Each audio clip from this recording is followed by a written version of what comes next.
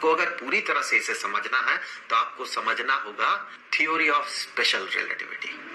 जो भी हो वो आप आगे चल के पढ़ेंगे। फिलहाल मैं आपको ये सिर्फ बता देता हूं कि ये प्रोपोर्शनल होता है, ये जो R है और ये जो DL है, आप कह सकते हैं आगे चल के देखेंगे ये सिर्फ DL नहीं बल्कि कुछ और भी हम कंसीडर करेंगे। फिलहाल के लिए हम ये मान लेंगे यहां पर ये जो एंगल बना रहा है DL के साथ, ये R जो एंगल बना रहा है, ये एंगल अगर थीटा है, वैसे थीटा आप इधर भी कंसीडर कर सकते हैं और इस एंगल को भी कंसीडर कर सकते हैं। क्यों? क्योंकि ये प्रोपोर्शनल है साइन ऑफ थीटा के, और हमें पता है साइन ऑफ दिस एंगल, ये अगर थीटा होता है और अगर आप ये वाला एंगल कंसीडर करते हैं चलिए अल्फा, तो sine of alpha and sine of theta दोनों बराबर होगा, क्योंकि ये एक स्ट्रेट लाइन है, ये 180 डिग्री है, और ये थीटा अगर है तो ये 180 डिग्री माइनस थीटा होगा। और हमें पता है, हम ये जानते हैं कि sine of theta is equal to sine of pi minus theta. Pi यहाँ 180 डिग्री है, रेडियन में कहे तो पाई। सो इसीलिए आप एंगल कोई भी कंसीडर कर सकते हैं, इधर भी और इधर भी, उससे कोई फर्क नहीं पड़ता है।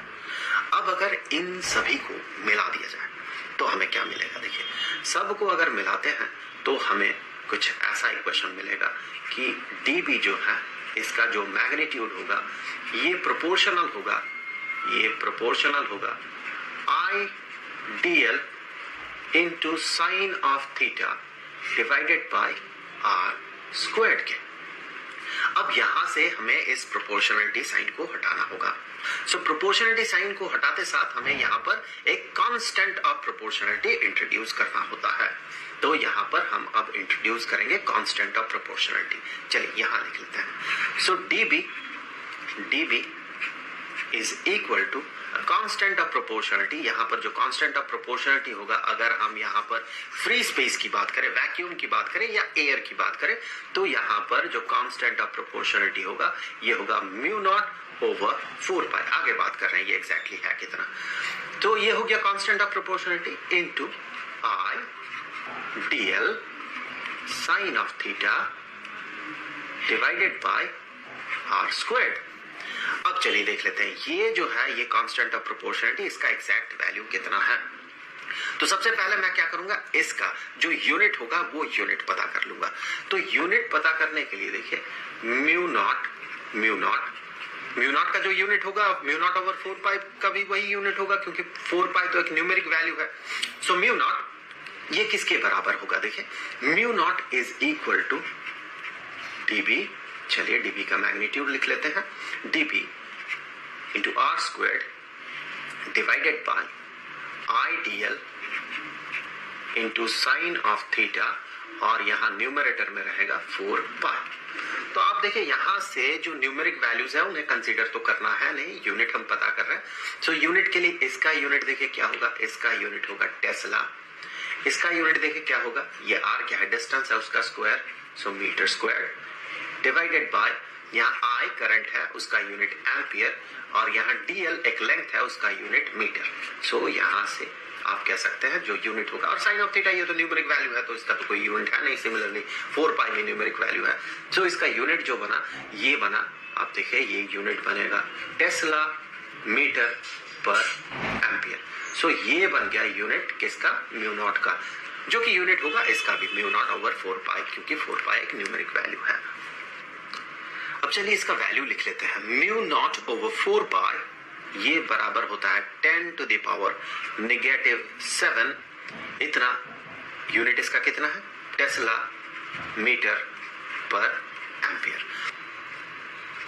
और इस म्यू नॉट को इसे कहा जाता है एब्सोल्यूट permeability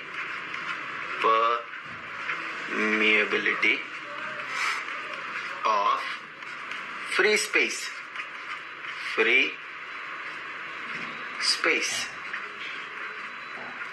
और साथ ही साथ मैं यहां आपको बता दूं कि यहां ये जो है यही है बायो सेवर्ट्स लॉ, लेकिन ये बायो सेवर्ट्स लॉ का स्केलर फॉर्म है।